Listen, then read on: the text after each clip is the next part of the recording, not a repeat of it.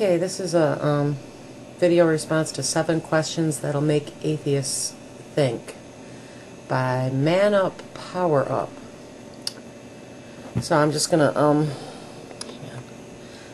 go through the questions. Questions, and most have branches, but it's essentially 7 questions. These questions are just to make you think. I don't care who tries to answer them, just try to answer them. Alright. First question. Do you believe that energy has always existed? If you say, do I believe that energy has always existed? Possibly, but I guess we don't know that for sure at this point. Yes to that question. This is question 1A. Okay, if I answered yes to that question, this is question 1A. Do you believe it existed within vacuum fluxes in a timeless, spaceless, matterless void before a Big Bang? Do you believe it existed within vacuum fluxes in a timeless, spaceless, matterless void before a Big Bang? So, do I believe energy existed within vacuum fluxes in a timeless, spaceless, matterless void before a Big Bang? I don't know, because even scientists don't know for sure everything about the Big Bang, and they're still working on what was prior to the Big Bang. So, because I'm not a scientist, and because they haven't completely figured it out yet, albeit they're working on it, I don't know. And you say no to that question. This is question 1A. 1AA. Alright. Can energy create itself? Okay, well, I said I don't know. I didn't necessarily say no, but can energy create itself? I'm not sure about that. I don't know. Like I said, I'm not a scientist, but I would say that it could, because I mean, energy, it can transform itself. Energy transforms all the time from one thing to another thing. So, if you said yes to that question, this is question 1AB. How so? And give 100% infallible, non-opinionated, empirical proof on how it still does today. Empirical proof on how energy creates itself? Well, I mean, you could say, in a sense, we reproduce. We have children. In a sense, our energy is created within, the children that we create. If a person has energy or uses energy to create something, then in a sense, especially if it's something that in and of itself has energy or creates energy of a sort, I guess it depends on how you define energy or what specific type of energy you're talking about. It is scientifically believed that energy can't be created or destroyed. Henceforth, the law of conservation of energy. For something to be labeled as science, it should be able to be observed, tested, and then repeated. Right. Since it's seemingly impossible to be able to observe whether something is eternal or not, since you are not eternal, you can't observe it. Okay, so yes, there's things that are eternal or that are beyond science's scope, at least right now, that we can't observe or test or know. But what's your point? Which means it's seemingly impossible to be able to test whether it's eternal or not, since you can't observe it, which definitely means you can't repeat it if you've never tested it. Okay. So, question number 2. Okay. Has matter always existed? Has matter always existed? That's another one that I don't know. Even science doesn't know that for sure. My guess would be yes, but I don't know. Question 2A.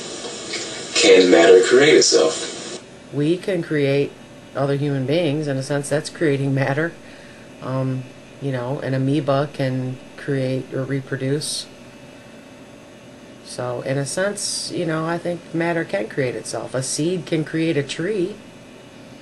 If you say yes to that question, okay. Question 2AA is how so? Well, I gave a couple of examples. You said give 100% infallible, non-opinionated, empirical proof on how it still does today. Well, like I said, a seed or us reproducing, I mean, that's matter reproducing. I mean, if I really sat down and thought about it, I probably could come up with other examples, but that's the only things off the top of my head. And get 100% infallible, non-opinionated, empirical proof on how it's still done today. Question 3. Do you believe a mass of matter and energy rotated until it exploded? Do I believe a mass of matter rotated until it... a mass of matter and energy rotated until it exploded? I don't know, maybe. I have no idea. It's obvious to me that a lot of these questions are loaded, and you seem like you have a lot of angst towards atheistic people. Question 3A. If you said yes to that question, did that massive energy and matter create itself? Maybe, maybe not. Question 3AA. Do you believe that all matter and energy in the universe was created by a Big Bang 14 billion years ago? Possibly, but I'm more interested in what they're trying to figure out now, which is what was prior to the Big Bang. I think that would be interesting to discover, and they're working on that. So, was it for sure created by the Big Bang? Well, most of the evidence, or more of the evidence, leads towards that right now as far as what we currently know. But that could change. If you said yes to that question, question 3AB goes as follows. Were you or anyone existing today existing at that point to observe this occurrence? No, but that doesn't mean that we don't have evidence that would dictate that that is what happens. I mean, there's a lot of things that we consider fact that, didn't require somebody to be there at that, point to observe that occurrence. We have many things to provide evidence of things that existed when nobody was there, or there weren't people there to actually observe those things. There's many different testing and things that they can do as far as, how old something is, when something happened, etc., so forth. Is it 100% all the time, or empirical, as you keep saying? Not always. That's why a lot of times science will go back and say, oh, well, no, this thing that we thought is not. And now we know better because now the technology is better, or now our knowledge has increased. It's a growing thing. If you said no to that question, the next question is 3AC, which is, if you didn't exist to observe it, how can you test it today?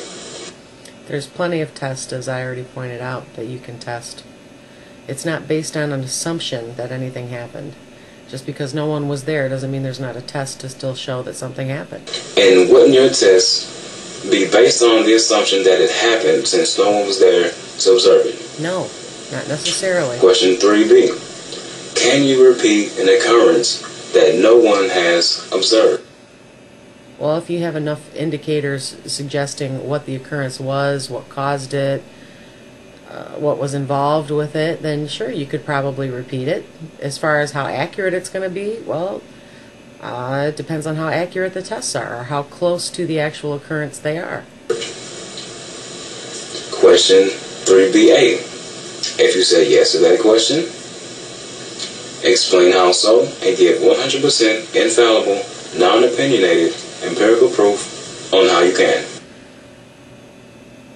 Okay, well, like I said, there's a lot of tests that can be done that don't necessarily have to have somebody there at the time of a specific occurrence.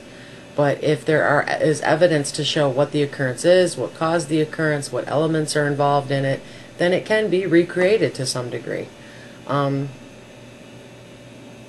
So, I mean, as far as an example of that, I don't know, I can't think of anything right off the top of my head. I mean, we've been able to recreate tornadoes, even though we are usually there a lot of times for those occurrences. Volcanic eruptions. I mean, we're not necessarily right outside a volcano or what have you when it erupts, but we know what happens when they erupt. I mean, if you think about it long and hard enough, there's plenty of things that science has done as far as within what you're talking about. As far as infallible, non-opinionated, empirical, that's almost impossible for anybody.